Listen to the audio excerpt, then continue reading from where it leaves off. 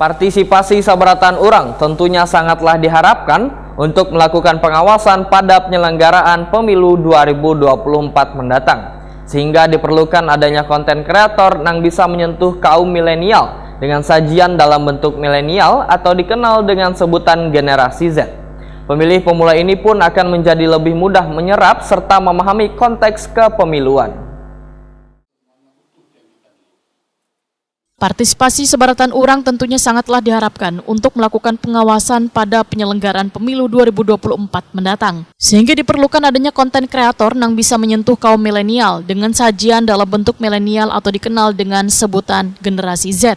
Pemilih pemula ini pun menjadi lebih mudah menyerap serta memahami konteks kepemiluan. Demikian dipadahkan Kepala Sekretariat Bawaslu Kalimantan Selatan Tengku Dasyaka Putra Waitakoni Prima TV di sela-sela rapat koordinasi peningkatan kapasitas tim kehumasan mengundang sabaratan staf kehumasan Bawaslu Kabupaten Kota se-Kalimantan Selatan di Hotel NASA Jalan Jok Mentaya Banjarmasin Tengah, Baisukan, Senin 5 Juni 2023. Tengku Dasyaka Putra menyatakan 3 orang narasumber yang dihadirkan yaitu pemimpin redaksi, penanggung jawab Radar Banjarmasin Muhammad Sarafuddin, FKP Kalsel, Rizky Cipta Anugrah, wan tenaga ahli Humas Bawaslu Republik Indonesia, Detri R. Aritonang. Nantinya akan berbagi ilmu dengan peserta supaya sajian atau konten yang akan disuguhkan nantinya mudah dipahami oleh generasi milenial. Sehingga kami juga mengundang salah satu narsum untuk konten kreator, sehingga kita berharap bisa menyentuh kaum milenial ini disajikan dalam bentuk milenial atau yang kita kenal dengan generasi Z, sehingga lebih bisa lebih gampang diserap dan tentu lebih akan berdampak dan mereka juga lebih memahami konteks-konteks kepemiluan ini, terutama mereka sebagai pemilih. Koordinator Divisi Pencegahan Wan Humas Bawaslu Kalimantan Selatan, Muhammad Radini menyatakan, konten kreator memiliki kemampuan khusus dalam membangun influencer atau generasi Z, sehingga nantinya Bawaslu bisa memberikan informasi kepemiluan dengan seberataan kalangan. Nah, tentu kita berharap bagaimana Bawaslu itu betul-betul bisa memberikan informasi di seluruh kalangan. Nah, itu yang kemudian kita harapkan. Apa dampaknya nanti terhadap pemilu dari konten kreator nanti?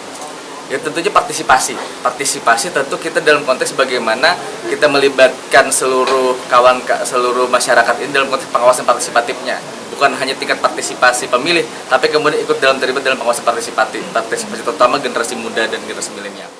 Tenaga ahli Humas Bawaslu Republik Indonesia Detri R. Aritonang memandahkan kolaborasi dengan influencer atau pembuat konten selain konten kreator adalah sangat diperlukan karena mereka yang lebih banyak tahu cara untuk berkomunikasi dengan seberataan kalangan.